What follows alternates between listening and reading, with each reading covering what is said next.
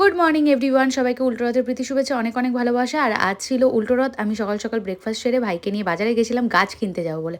আর গাছ কিনতে এসে দেখি এই পদ্ম গাছগুলো এত ভালো লাগছে। গাছ টাছ কিনে বাড়িতে এসে ফ্রেশ হয়ে আগে সাজুগুজু করে বেরিয়ে পড়েছিলাম একটু লাঞ্চে যাব বলে। আর আমরা এসেছিলাম ডি বাপিতে মাটন বিরিয়ানি খেতে। বেশ সুন্দর একটা সময় কাটালাম আমরা সবাই মিলে। আর এখান থেকে বেরানোর পরে দেখছি রাস্তায় অলরেডি রথ বেরিয়ে পড়েছে। আর কি সুন্দর সাজিয়েছে রথগুলোকে। তারপরে এসেছিলাম বেলঘড়িয়াতে রথতলার রথ দেখতে। আর এখানে রথ কিন্তু প্রচুর বড় করে, তোমরা সবাই জানো। আর এখানে আসার পর দেখছি মানুষের এত ভিড়, তাই আর সামনে যাওয়ার সাহস হলো না। থেকেই জগন্নাথ দেবের দর্শন করলাম আমি।